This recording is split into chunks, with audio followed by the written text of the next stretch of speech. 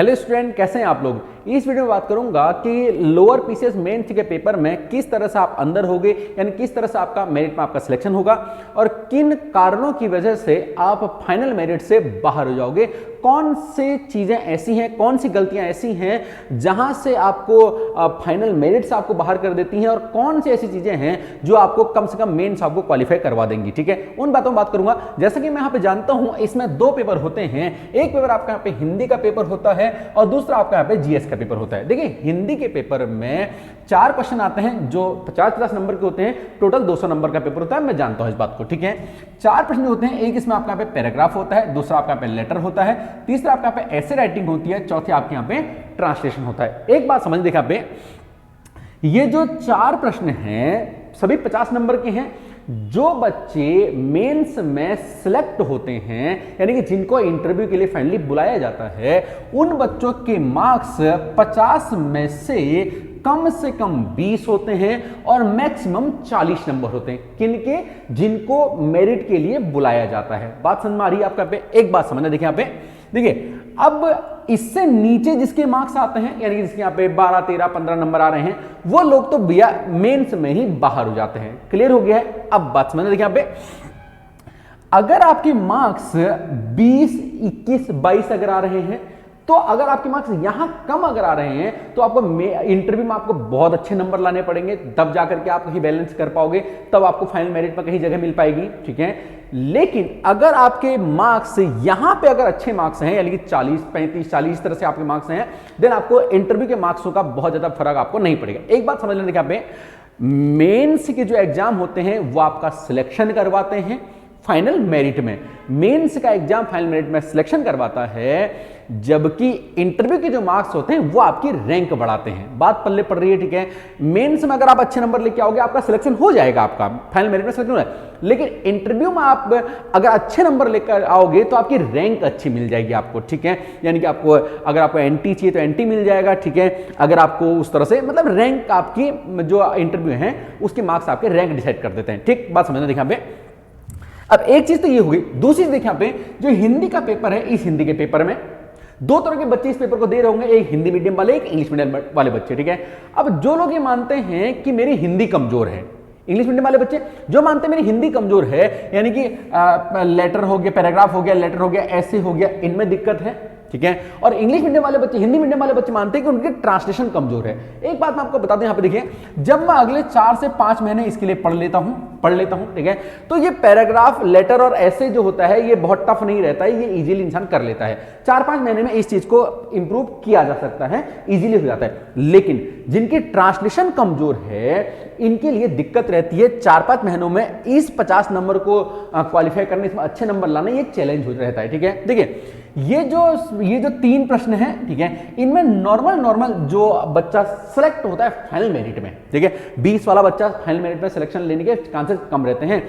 Final merit में बच्चा कौन सिलेक्ट ले पाता है? जो 20 और 40 के कम से कम बीच में होता है, यानी कि लगभग 30 नंबर के आसपास जो लेकर के आता है। ठीक है, अब देखिए एक बात समझना, देखिए ये जो 1, 2, 3 यानी कि पैराग्राफ, लेटर और जो यहां पे क्या है ऐसे है, इनमें एवरेज मार्क्स जो होते हैं ना, ठीक है, एवरेज मार्क्स यहां पे लगभग आपके यहां पे 27 से लेकर के 33 मार्क्स के आसपास यहां पे आ ही जाते हैं।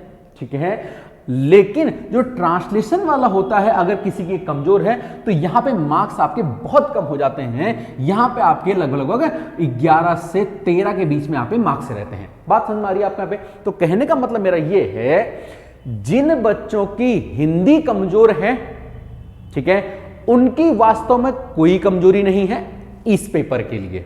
ठीक हो गया है, क्योंकि अगले 4-5 महीने में वो ये 2 चीजें, 3 चीजें कर लेते हैं।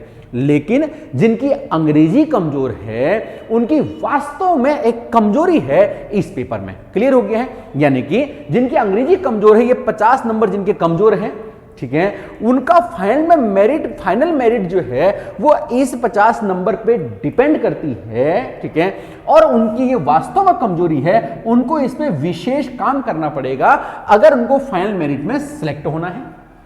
क्लियर हो गया है? ठीक है, लेकिन जिसकी ये कमजोरी है उसकी इस पेपर में कोई ज्यादा विशेष कमजोरी नहीं है अगर वो 4-5 महीने अच्छे से पढ़ लेता है। क्लियर हो गया? ठीक है, अब एक बात और, देखिए जो हिंदी का पेपर है, ये हिंदी का पेपर आपका मेंस तो आपको ये क्वालिफाई करवा देता है, क्योंकि इसमें ज्यादा कोई दिक्कत नहीं होती है, मेंस में आप क्वालिफाई हो जाते हो। ठीक हो गया, किसमें, खाली इस पेपर की बात कर रहा हूं मैं, ठीक है। आपको ये मत बोलना कि सर क्या इनमें अलग अलग पास होना पड़ता है क्या, नहीं, मैं उसकी बात नहीं कर रहा, मैं एक बात कर रहा हूं कि ये पेपर आपको बाहर नहीं करेगा, मतलब जो दोनों का जुड़ करके जो आपका फाइनली जो आपका बाहर होंगे, आप इस पेपर की वजह से आप बाहर नहीं होंगे, ठीक है, ध्यान रखना। हिंदी का पेपर आपको बाहर नहीं करवाता है, लेकिन हिंदी का पेपर आपको फाइनल मेरिट में आने से ही रोक देता है, ठीक है। अगर आपका ये पेपर अच्छा नहीं हुआ तो फाइनल मेरिट में आपको ये रोक देगा, लेकिन मेंस आपका ये नहीं रुकता है, ये पेपर आपका मेंस नहीं रुकता है, ये पेपर आपका मेरिट रुकता है। ठीक हो गया है। दूसरा जीएस का पेपर, जीएस का पेपर आपका मेंस तो रोक ही देता है, तो जब मेंस इसने रोक दिया तो भैया मेरिट भी ये रोक देगा। क्लियर हो गया है, बात पल्ले पड़ रही है। अब देखिए समझते हैं जीएस की कहानी। देखिए जीएस में कैसे आप बाहर हो गए, किन चीजों की वजह से आप अंदर हो जाओगे, तो आपको यहां पे तो आपको समझ में आ गया है। अगर यहां पे कोई बच्चा बाहर होता है तो उसका मेन रीजन क्या रहेगा, ट्रांसलेशन रहेगा, क्योंकि ये चीजें वो बंदा कर लेता है। और सबसे बड़ी दिक्कत हम लोग क्या करते हैं, जो हमारी स्ट्रेंथ है हम उसी पे फिर से काम करने में लगे रहते हैं, जो हमारी कमजोरी है हम उस पर काम ही नहीं करते हैं, ठीक है। तो इसका मतलब सिंपल से ये हो गया, जिसकी ट्रांसलेशन कमजोर हो सबसे पहले इस पे मेहनत करे, सबसे ज्यादा इस पे मेहनत करे, ठीक है। और ये ट्रांसलेशन के लिए आपको कोई अंग्रेजी का विद्वान नहीं बनना, आपको केवल इसमें 3 चीज पढ़नी होती है, एक पार्ट्स ऑफ स्पीच, दूसरा टेंस, और तीसरी आपको अपनी थोड़ी वोकैब आपको ठीक ठाक करनी होती है। क्लियर हो गया, ठीक है। तो ये बड़े आसानी से हो जाता है, तो जिसकी कमजोर है वो इस पे मेहनत कर ले, ठीक, समझते देखिए पे। अब जीएस में आप कैसे बाहर होते हैं, कैसे अंदर होते हैं, समझाता हूं। देखिए यहाँ पे जीएस में आपके यहाँ पे 2 तरह के क्वेश्चन होते हैं, एक होते हैं लॉन्ग क्वेश्चन जो आपके 10 नंबर के होते हैं, एक होते हैं शॉर्ट क्वेश्चन यानी टिप्पणियां जो आपके लगभग 2.5 नंबर की रहती है। जो लॉन्ग क्वेश्चन होते हैं 10 नंबर के, इसमें जो मार्क्स आते हैं एवरेज मार्क्स किन बच्चों के, जो मेरिट क्रॉस करते हैं, यानी कि जिनका मेंस जो है वो क्वालिफाई होता है, ठीक है।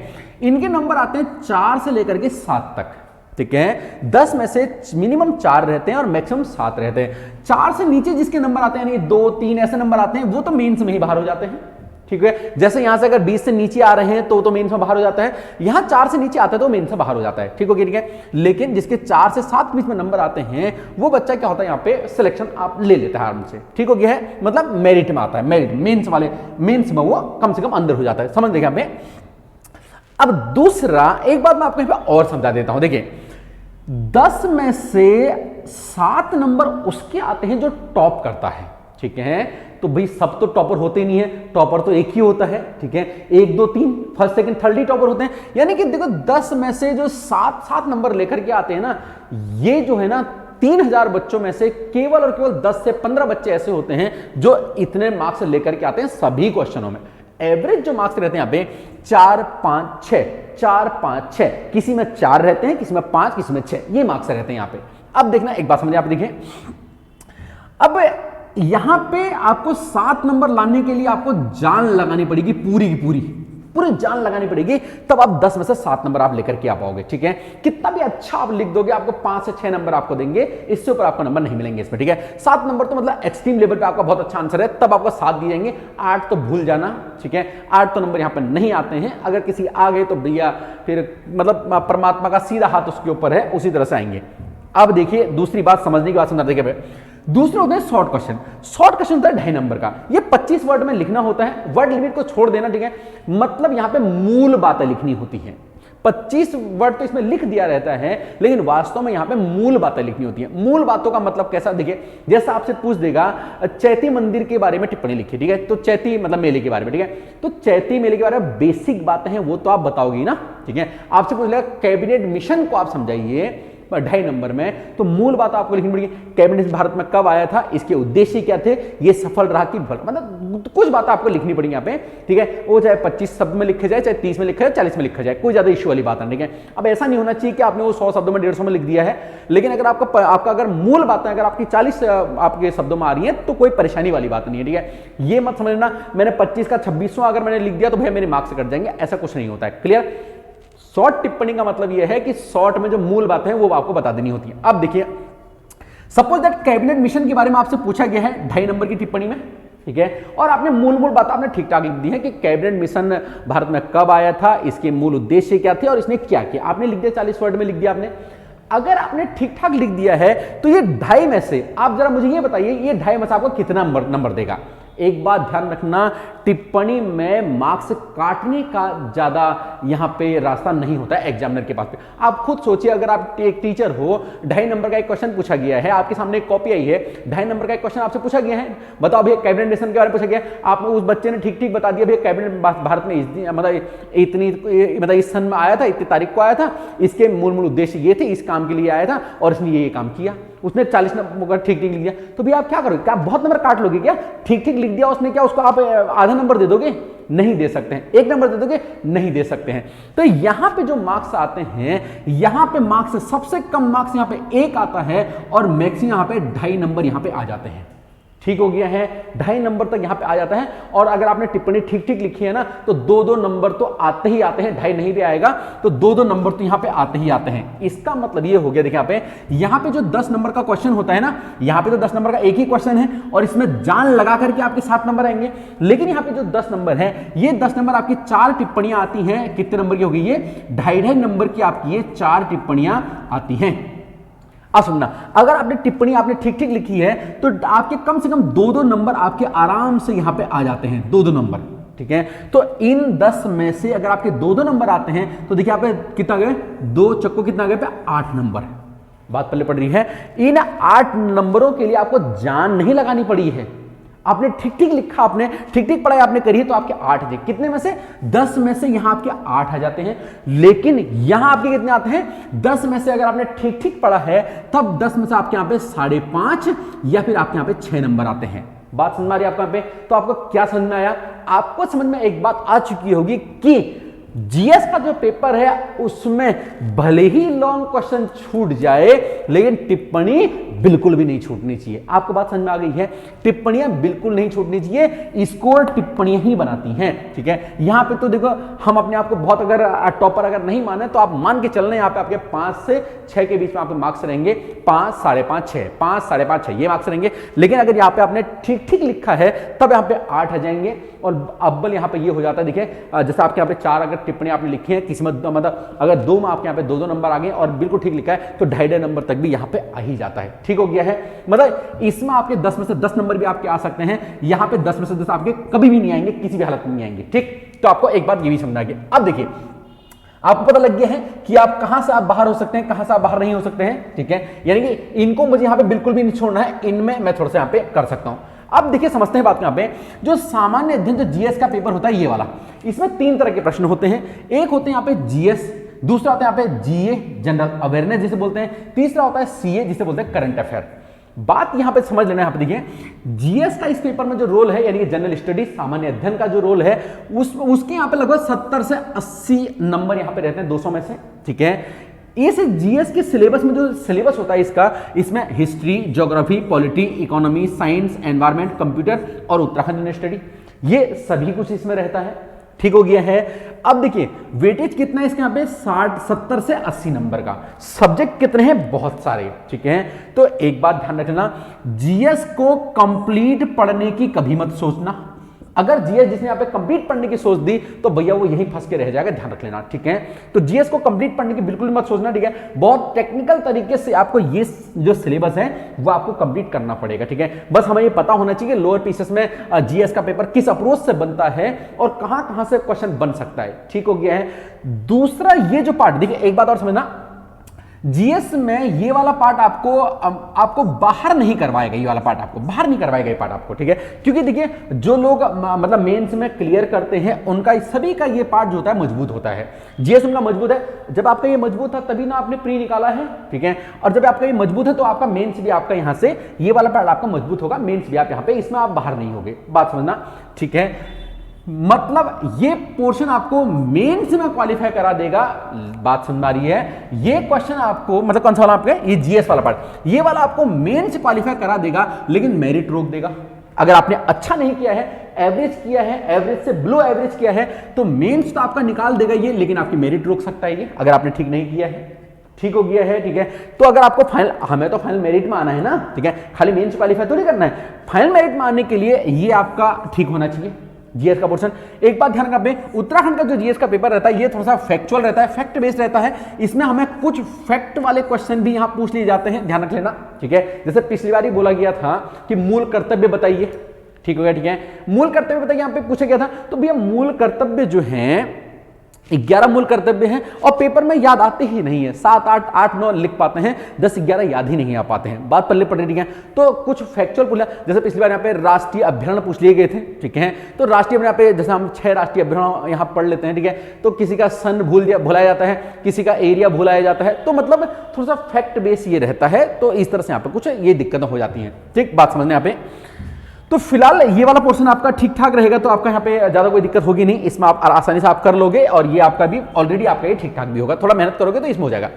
दूसरा हम सबसे बड़ी जो यहाँ पे गलती करते हैं, इसमें देखिए यहाँ पे जनरल अवेयरनेस और जो करंट अफेयर होता है इसका पोर्शन होता है ये 120 से 130 के बीच में, ठीक है। ज्यादा वेटेज हमारा इसका रहता है और हम गलती क्या करते हैं, हम फिर से अपनी जीएस को ही मजबूत करने में लगे रहते हैं जो हमारी ऑलरेडी मजबूत है, ठीक हो गया, ठीक है। तो ध्यान रखना इस पोर्शन को हमें बहुत मजबूत करने की दरकार नहीं है, बहुत टेक्निकल तरीके से पढ़ना पड़ेगा। इसके मेन के सिलेबस में सीधे से लिख गया है, जैसे हिस्ट्री में लिख दिया यहाँ पे प्राचीन भारत, मध्यकालीन भारत और आधुनिक भारत, लो भैया पढ़ते रहो आप, ठीक है। और भैया पढ़ के इंसान मर जाएगा, कभी भी कंप्लीट नहीं होगा, ठीक है। बहुत साइंटिफिक तरीके से पढ़ना पड़ेगा हिस्ट्री को। हिस्ट्री में एंशिएंट हिस्ट्री के अंदर यहाँ पे केवल 5 यहाँ पे टॉपिक है, ठीक है। सबसे पहला सिंधु घाटी सभ्यता, दूसरा वैदिक सभ्यता, बौद्ध और जैन, मौर्य और गुप्ताज, ठीक है। अब ये 5 टॉपिक, 5 से 6 टॉपिक हैं, इन टॉपिकों में कैसे कैसे क्वेश्चन लोअर में बन सकते हैं वो तो मैं आपको यहाँ पे कराऊंगा ही कराऊंगा, ठीक है। मतलब अगर आप खुद से कर रहे हो तो भैया उसी अप्रोच से करना है, ऐसा नहीं कि भाई मौर्य में करने लग गए भैया, इनका क्षेत्रफल कहां से कहां तक था, ठीक है, कौन कौन से राजा आए थे, किस किसने क्या क्या चलाया था, भैया इस तरह से नहीं करना है, थोड़ा सा टेक्निकल तरीके से इसे आपको यहाँ पे करना पड़ेगा, बात समझते देखिए यहाँ पे, ठीक है।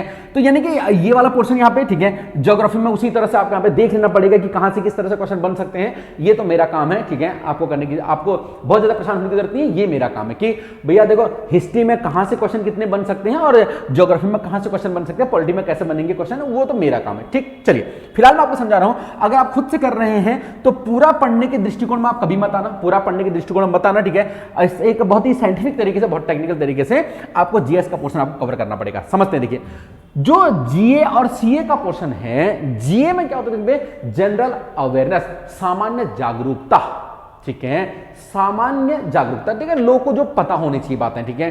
तो यहां पे हमें बहुत ध्यान रखना पड़ता है, इसमें किस तरह के क्वेश्चन आते हैं, जैसे देखिए यहाँ पे भारत में मीडिया का विकास को समझाइए, भारत में मीडिया के विकास को समझाइए, ठीक है। नक्सलवाद क्या होता है, इसके क्या कारण है, इससे मतलब इससे किस तरह से यहाँ पे इससे इसके समाधान के क्या उपाय है, इस तरह से, ठीक है। वैश्वीकरण क्या होता है, इससे क्या क्या नुकसान है, क्या फायदे हैं, ये सब चीजें, ठीक है। जैसे ग्लोबल वार्मिंग क्या होती है, ग्लोबल वार्मिंग के क्या मतलब क्या नुकसान है, ठीक है, और क्यों हो रही है, क्या इसके समाधान है, कुछ तरह से क्वेश्चन, ठीक है। जैसे यहाँ पे ओजोन परत के दुष्प्रभाव क्या है ये बताइए, और जो ओजोन परत से जो भी चीज दिक्कतें हो रही है उनसे छुटकारा, उनसे निपटारा किस तरह से पाया जाता है, ये जैसे यहाँ पे आपसे पूछ लेगा बताइए एड्स की रोकथाम के क्या उपाय हैं, अभी पूछ लेगा आपसे यहाँ पे कोरोना की रोकथाम के लिए क्या उपाय हैं, इस तरह से यहाँ पे कुछ भी आपसे ये पूछ सकता है। जैसे यहाँ पे देखिए, यहाँ पे स्वास्थ्य नीति क्या होती है, स्वास्थ्य नीति को समझाइए, भारत की स्वास्थ्य नीति क्या है उसके बारे में बताइए, ठीक है। जैसे यहाँ पे हमारे यहाँ पे परमाणु नीति हमारी क्या कह रही है, तो ये क्या होता है, ये जनरल अवेयरनेस की चीजें हैं, ये आपसे यहाँ पे पूछी जाती हैं। क्लियर हो गया, ठीक है। ध्यान रखना,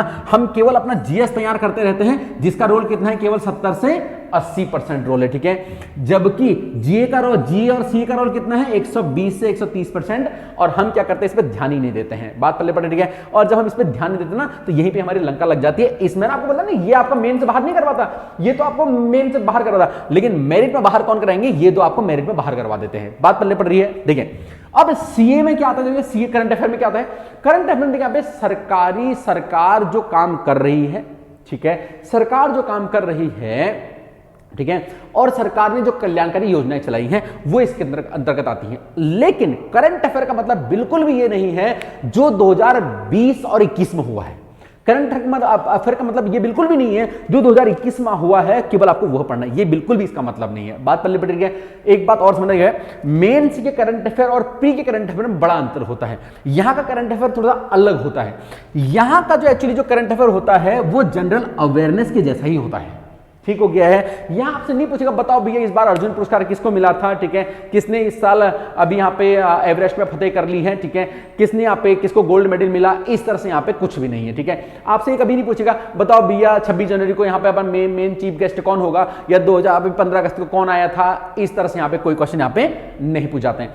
यहाँ पे जो करंट अफेयर क्वेश्चन होते हैं बेसिकली वो जनरल अवेयरनेस वाले ही क्वेश्चन होते हैं, ठीक है। जैसे देखिए यहाँ पे प्रधानमंत्री कौशल योजना जो अभी चल रही है, प्रधानमंत्री कौशल योजना के क्या ऑब्जेक्ट हैं, ठीक है, उस तरह से यहां पे पूछा जाएगा, ठीक है। यानी कि इसमें इस करंट अफेयर में वो चीजें हैं जो लोगों को जाननी चाहिए या लोगों को पता होनी चाहिए, या फिर आप इसको इनडायरेक्टली आप ये भी कह सकते हो कि जिन चीजों से लोगों को पता चलेगा कि हाँ भैया सरकार ये कर रही है, और जब लोगों को पता लगेगा सरकार ये कर रही है तो भैया लोग सरकार को वोट देंगे। आप ये भी समझ सकते हो, बात पल्ले पड़ रही है, बात समझ में आ रही है आपका। यानी कि यहां से क्वेश्चन ऐसे बनते हैं जो डायरेक्टली जुड़े होते हैं सरकार के जो अच्छे काम हैं। सरकार दो तरह के काम करती है, आप जानते हो, ठीक है। सारे के सारे अच्छे काम नहीं होते ना, कुछ ही अच्छे काम होते हैं। सरकार के जो अच्छे काम हैं वो यहां पे आपसे पूछे जाते हैं, ठीक है। यहां पे इसको तैयार करने के लिए, बाकी तो मैं देखो यहाँ पे आपको तैयार कराऊंगा ही कराऊंगा अपने हिसाब से, लेकिन जो खुद से कर रहे हैं मैं उनको समझाता हूं। यहां पे तैयार करने के लिए आपको ध्यान रखना है, पहले तो देखो यहाँ पे जितनी भी सरकारी योजनाएं यहाँ पे चल रही हैं और सरकार द्वारा जो किए गए अच्छे काम हैं, इनको मुझे पढ़ना होता है, अच्छे कामों को, ठीक है। लेकिन यहां पे ध्यान रखना है, सब नहीं पढ़ना होता है। फिर से यहां पे बहुत बड़ी हम गलती करते हैं, हमने उठा ली भैया एक परीक्षा मंथन हमने उठा ली है, ठीक है, एक हमने घटना चक्र उठा ली है, 4-5 किताबें योजना फ्योजना कुरुक्षेत्र के सारी लेकर के आ गए हैं, पढ़ना सारा का सारा शुरू कर दिया। नहीं आता है भैया, सारा नहीं पढ़ना है, क्लियर हो गया, ठीक है। इसमें पढ़ने के लिए आपको विशेष तौर पर ध्यान रखना है। पहली बात तो जो भी योजना जो भी कार्य है वो बीजेपी के कार्यकाल में होना चाहिए, ठीक है। बीजेपी की अभी सरकार है, बीजेपी का होना चाहिए, पहली चीज तो ये, ठीक है। और दूसरा उस काम उस योजना का किसी और पार्टी से कोई लिंक नहीं होना चाहिए, ठीक है। जैसा होता है ना, कुछ सरकारें कहती हैं भैया देखो इसका तो फीता मैंने काटा था, ठीक है, ये योजना तो हमने चलाई थी, ठीक है, ये योजना तो हमने चलाई थी, सरकार ने तो बस इसका नाम बदल दिया है और अपना नाम लगा दिया है। होता है ना, बहुत सारी योजनाओं का नाम बदल दिया जाता है, बाद में वो पहली योजना कुछ और होती है, बाद में वो योजना कुछ और हो जाती है। तो जिसमें किसी और सरकार का पहले कभी हस्तक्षेप रहा होगा, ऐसी योजनाएं कभी नहीं पूछ जाती है। आप देख लेना, अभी आपने प्री का एग्जाम भी दिया होगा ना, उससे पहले आपने वीडियो का पेपर भी दिया होगा ना, देख लेना वहां पे सरकार जो योजनाएं पूछी गई वो कौन सी योजनाएं पूछी गई हैं, क्लियर हो गया। और एक बात ध्यान रखना, ऐसी योजना कभी भी नहीं पूछी जाती है जिसके उद्देश्य सरकार पूरा नहीं कर पाती है। मतलब जैसे जिसका अगर लक्ष्य इन्होंने 2020 रखा होगा, ठीक है, 2020 में रखा होगा, 2022 आ गया है तो उसका लक्ष्य पूरा हो ही नहीं पाया, ऐसी योजना सरकार तुमसे कभी भी नहीं पूछेगी, कभी पेपर में नहीं आएगा, ठीक हो गया, ठीक है। अभी देखना पे आपसे लक्ष्य से रिलेटेड अगर कोई भी क्वेश्चन आता है ना कि बताओ भैया इसका लक्ष्य क्या है, जैसे सपोज दैट मैं आपको बताता हूं, हमेशा के लिए हम 2021 में पेपर दे रहे हैं, ठीक है, 2021 में हम पेपर दे रहे हैं, तो जैसे आपसे पूछ लिया है सभी घर घर तक बिजली पहुंचाने का लक्ष्य सरकार ने कब तक रखा है, उसके ऑप्शन है 2000, ठीक है, मतलब उसके ऑप्शन है यहाँ पे, जैसे यहाँ पे 2019, 2020, 2021, 2022, ऐसे 4 ऑप्शन है। तो 2 ऑप्शन तो आंख बंद करके हटा देना, 2019, ठीक है, और 2020 वाला ऑप्शन आंख बंद करके हटा देना, कभी होंगे ही नहीं। उसका आंसर आपको क्या मिलेगा, या तो 21 अभी चल रहा है या तो 22, और मोस्ट प्रोबेबली उसका आंसर क्या मिलेगा आपको, 22 मिलेगा, क्योंकि कोई भी योजनाएं अपने टाइम पे पूरी कभी होती ही नहीं है, ठीक है। तो उसका आंसर आंख बंद करके 2022 आप लिख करके आ जाना, बिल्कुल सही हो जाएगा। बात पल्ले पड़ रही है, कहने का मतलब मेरा ये है ये पूरी नहीं पढ़नी है, ये योजनाएं बीजेपी से जुड़ी होनी चाहिए, पहली बात। और दूसरी बात, इन योजनाओं को जो योजनाएं हैं इनका लोगों को प्रत्यक्ष लाभ मिल रहा होना चाहिए, तभी वो योजना आपसे पूछी जाएगी, अदरवाइज योजना आपसे कभी नहीं पूछी जाएगी, ठीक है। जैसे भी यहां पर देखिए प्रधानमंत्री जनधन योजना पूछी गई थी, अरे फायदा हुआ ना लोगों को उससे, ठीक है, लोग के खाते खोले गए, मतलब फायदा नुकसान तो चलो जो भी है, लेकिन फिलहाल लोगों को पता है भैया हाँ जनधन योजना खाते खोले हुए थे, ठीक है। जैसे अभी दिखा पे जो उज्ज्वला योजना है, घर घर में गैस सिलेंडर दिए जा रहे हैं, तो भी दिए जा रहे हैं, मिल रहे हैं, लोगों को फायदा हो रहा है, तो आपसे पूछ जाती है बेटी बचाओ बेटी पढ़ाओ, ठीक है। हालांकि ये तो है तो करंट अफेयर, लेकिन मैंने आपसे फिर से बोला है ये कैसा है, यहाँ पे जनरल अवेयरनेस जैसा है, ठीक हो गया, ठीक है। देखिए जनरल अवेयरनेस में केवल ये क्वेश्चन नहीं होते हैं, जैसे अगर बेटी बचाओ बेटी पढ़ाओ आपसे अगर पूछ लेगा इसके बारे में बताइए सरकार क्या समीक्षा कर रही है, वटेवर जो भी है, ठीक है, तो उस तरह के क्वेश्चन भी आपसे इधर में पूछे जा सकते हैं, क्योंकि वैसे तो बेटी बचाओ बेटी पढ़ाओ एक योजना है, ठीक है, लेकिन ये किसकी चीज है, ये अवेयर करने की चीज है, ठीक है। जैसे स्वच्छ गंगा अभियान है, स्वच्छ गंगा अभियान वैसे तो एक करंट अफेयर की योजना है, लेकिन वास्तव में सरकार क्या है, वो एक जनरल अवेयरनेस की चीज है, लोगों को पता होनी चाहिए, ठीक है। तो जनरल अवेयरनेस और करंट अफेयर वाला किस तरह से कौन सा पोर्शन आपको करना है ये भी आपको विशेष तौर पर आपको यहाँ पे पता होना चाहिए। बहुत टेक्निकल तरीके से आप तैयारी करोगे, ठीक है। तो इसके लिए 4 से 5 महीने बहुत होते हैं, लेकिन पूरा पढ़ने में आओगे तो भैया साल भी इसके लिए आपके लिए कम पड़ जाएगा। क्लियर हो गया है, ठीक है। तो ये रहा आज की वीडियो, मुझे लगता है कि आपको ये पसंद आया होगा, ठीक है। तो बने रहिए देव के ऐसे के साथ में, पढ़ते रहिए। मेंस का जो हमारा बैच चल रहा है उसमें आप हमारे साथ जुड़िए। अगर हमारे आप मेंस का बैच अगर आपको ज्वाइन करना है, हमारा बैच जो है 20 दिसंबर, ठीक है, 20 दिसंबर यानी कि 2021 यानी कल मंडे से ये बैच हमारा स्टार्ट हो गया है, ऑनलाइन मोड में, ऑफलाइन मोड में, बात सुनना, ठीक है। अगर आपको ये बैच ज्वाइन करना है तो आप सिंपली आप क्या करोगे, एक मैसेज आप एक कर दोगे यहाँ पे, ठीक है, एंट्री लिखोगे EN, ठीक है, एंट्री आप यहाँ पे लिखोगे और अपने कोर्स का नाम यानी कि लोअर PCS मेंस, ठीक है, LPS मेंस आप लिख करके इसे सेंड कर दोगे 9758803949 पे, ठीक है। इस नंबर में आप ये मैसेज लिख के आप सेंड कर दोगे, ठीक हो गया। या फिर आप हमारी ऐप डाउनलोड कर सकते हो, यहां से भी आप डायरेक्ट यहां पे कर सकते हैं, ठीक है क्या। ये लिख करके आप सेंड करोगे, देन सिंपली आप हमारी इस बैच में आप यहाँ पे ज्वाइन कर सकते हो, ठीक है। और इस बात का मैं आपको यहाँ पे इंश्योर एक चीज मैं आपको और यहाँ पे कर देता हूँ, ठीक है, जितनी आपकी मेरिट जाएगी, जितनी आपकी फाइनल कट ऑफ जाएगी, ठीक है, उससे ज्यादा क्वेश्चन आपको इस कोर्स में से आपको आपके पेपर में देखने को मिल जाएंगे, इतना मैं आपको इंश्योर करता हूँ, ठीक है। लेकिन मैं ये बिल्कुल नहीं बोल रहा हूँ कि इतने नंबर आपके आ जाएंगे, ठीक है। इतना इंश्योर कर रहा हूँ जितना इस कोर्स में आपको पढ़ाया जाएगा उससे ज्यादा क्वेश्चन आपको आपके पेपर में आपको दिख जाएंगे, ठीक है। लेकिन आपके कितने आते हैं वो आपके ऊपर डिपेंड करता है। क्लियर हो गया है, ठीक है। बने रहिए देव के एकेडमी साथ में। चैनल पर नहीं आए चैनल को सब्सक्राइब जरूर करना, ऐसी वीडियो के लिए लाइक शेयर जरूर कर देना। थैंक यू, शुक्रिया, धन्यवाद।